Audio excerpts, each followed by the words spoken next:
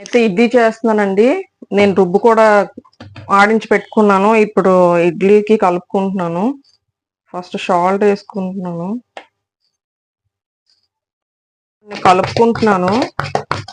ఇలా బాగా కలపాలి. కలిపిన తర్వాత కొంచెం వాటర్ వేస్తున్నాను. నీళ్ళు వేసుకొని కలుపుతున్నా.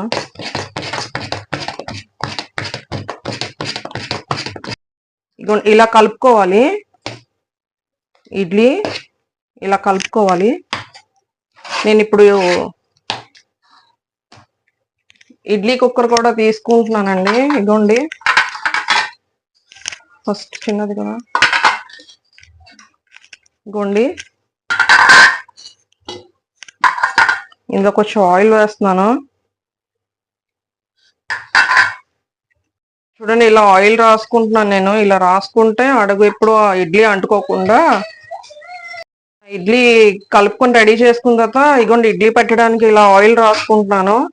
ఇలా ఆయిల్ రాసుకుంటే అడుగు అంటకుండా ఇడ్లీ సాఫ్ట్ గా అండ్ చక్కగా తీసిన వెంటనే తేలిగ్గా వచ్చేస్తుందండి. నేను వాటర్ వేసుకోవాలి అడుగున. నేను ఈ వాటర్ వేసుకున్నాను ఈ క్వాంటిటీకి. నెక్స్ట్ నేను ఇది పెట్టేస్తాను. ఇదని చూడండి ఎలా పెట్టాలో.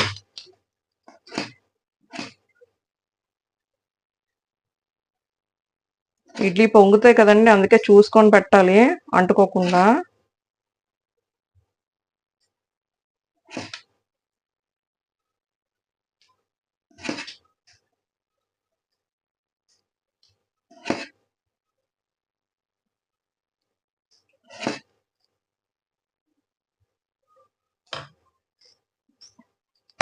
ఇదిగోండి, ఇలా పెట్టేయాలి.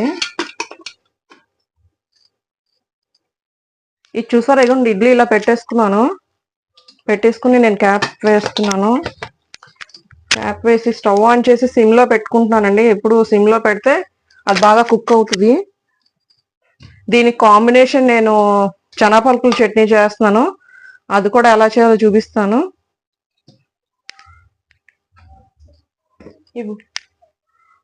ఇడ్లీ పెట్టేస్తాను కదండి, ఇప్పుడు చట్నీ కూడా రెడీ చేస్తున్నాను. ఇదిగోండి, నేను ఇండక్షన్ ఆన్ చేశాను. ఇదిగోండి, చనాపలుకులు వేస్తున్నాను, ఫ్రై చేస్తున్నాను. నేను ఇండక్షన్ కూడా వాడతానండి, ఎందుకంటే గ్యాస్ కూడా వాడతాను, ఇది కూడా వాడతాను. ఎందుకంటే మార్నింగ్ ఎర్లీ మార్నింగ్ క్యారీస్లో అవి ఉంటాయి కదా, లంచ్ బాక్స్లో అవి పెట్టాలి. అందుకే నాకు వంట ఫాస్ట్గా అవ్వాలని నేను అన్నీ కూడా వాడతాను పొయ్యిలు. అందుకు నాకు బేగా అయిపోతుందండి. ఎందుకంటే ఎర్లీ మార్నింగ్ పిల్లలు వెళ్ళిపోతారు, 7:30, 8 కల్లా వెళ్ళిపోతారండి. అందువల్ల నేను ఎర్లీ మార్నింగే లేచి ఇవన్నీ ప్రిపేర్ చేసుకుంటాను. సో ఇవి కొంచెం బాగా ఫ్రై అవ్వాలండి. ఫ్రై అయ్యాక నెక్స్ట్ చూపిస్తాను. చెన్నాపలుకులు ఫ్రై అయిపోయి ఇవి కొంచెం చల్లగా అవ్వాలండి. చల్లగా అయితే చూసారా ఇలా తొక్కలు వచ్చేస్తాయి కదా, అప్పుడు చట్నీ చేసుకోవాలి. ఈలోగా ఇవి చల్లగా అవ్వాలి. ఇవ్వండి, పచ్చిమిరపకాయలు ఇలా మధ్యలో కట్ చేసుకోవాలి. ఇది నేను ఫ్రై చేస్తాను, చూడండి.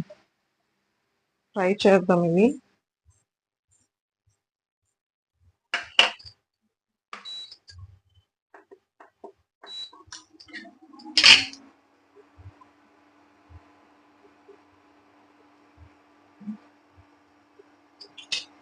ఆయిల్లో ఫ్రై చేస్తే కొంచెం టేస్ట్ వస్తుందండి చట్నీకి. ఎప్పుడు మామూలుగా పచ్చి వేసేసాకంట ఇలా ఫ్రై చేస్తే బాగుంటాయి.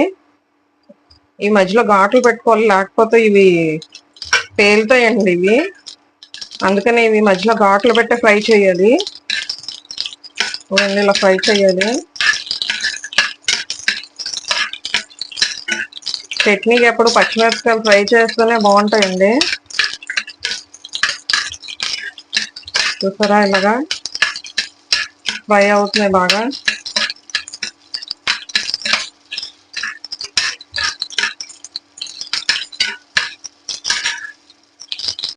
కోసం ఫస్ట్ రెడీ చేసుకుంటాను, ఎందుకంటే చల్లగా అవ్వాలి కదా. సో నేను ఆన్ చేసుకుంటున్నాను. ఆన్ చేసుకుని ఇవన్నీ ఆయిల్ వేసుకుంటున్నాను.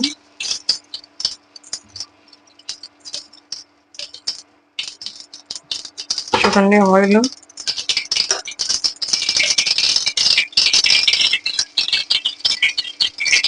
ఆవాలు వేసుకుంటున్నాను. జీలకర్ర, ఇదిగోండి ఇది కూడా.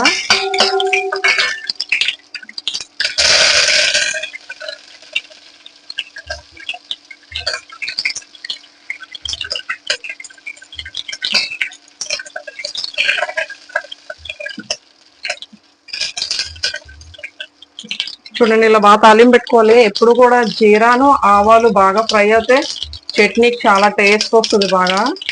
చూడండి ఇలా బాగా ఫ్రై అయిపోయింది కదా. అయిపోయిన తర్వాత నేను కొంచెం వాటర్ వేస్తున్నాను. వాటర్ వేసిన వెంటనే నేను మూత పెట్టేస్తున్నాను చూడండి, ఎందుకంటే ఆ స్మెల్ పోకుండా ఉంటుందని. సో నేను స్టవ్ ఆఫ్ చేసేసాను. నాకు చట్నీ రెడీ అయిపోయింది. ఇలాగా చూసారా, ఇలాగా చట్నీ ఇలాగే ఉండాలండి. మళ్ళీ మరీ మెత్తగా అయిపోతే బాగోదు. ఇదిగోండి నేను ఇది దీంట్లో కలుపుకున్న తాలింపు పెట్టి ఉంచుకున్నాం కదా, అందులో వేసి కలిపేసుకుంటున్నాను. సో చట్నీ రెడీ అయిపోయిందండి.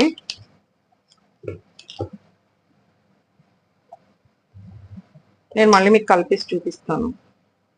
చట్నీ రెడీ అయిపోయింది చూసారా. ఇలాగా నేనైతే తిగ్గన కలుపుకుంటానండి. వాటర్ అవి వేసుకొని, నాకు వాటర్ ఎక్కువ వేసేస్తే బాగోదు. సో నేను ఇలాగే చట్నీ చేస్తానండి. ఇలా తిక్కుగానే ఉండాలి. ఇప్పుడు ఇడ్లీ ఎలా వచ్చిందో చూస్తానండి.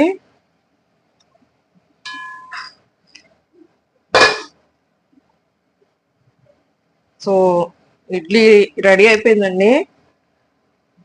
నేను క్యాప్ పెట్టేస్తున్నాను. క్యాప్ పెట్టేసి నేను స్టవ్ ఆఫ్ చేసుకుంటున్నాను. స్టవ్ ఆఫ్ చేసిన తర్వాత ఒక 15 మినిట్స్ ఒక 10 మినిట్స్ ఉంచితే ఇడ్లీ బాగా ఇదవుతుందండి. అప్పుడు ఇడ్లీ సాఫ్ట్గా అండ్ అంటకుండా కూడా వస్తుంది.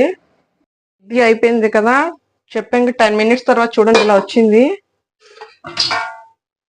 చూడండి నేను తీస్తున్నాను. చూసారా చాలా సాఫ్ట్గా వచ్చేయండి. ఇగోండి ఇలా వచ్చేసాయి చూసారా. మళ్ళీ క్యాప్ పెట్టేసుకుంటున్నాను.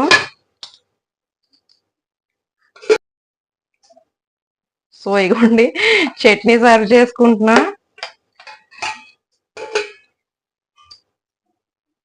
ఇలా ఇడ్లీ తింటూ ఇలా చల్లగా మజ్జిగ తాగితే ఎంత హాయిగా ఉంటుందండి, అంత హాయిగా ఉంటుందండి. నమ్మండి నన్ను, ట్రై చేయండి, ఇలా బాగుంటుంది.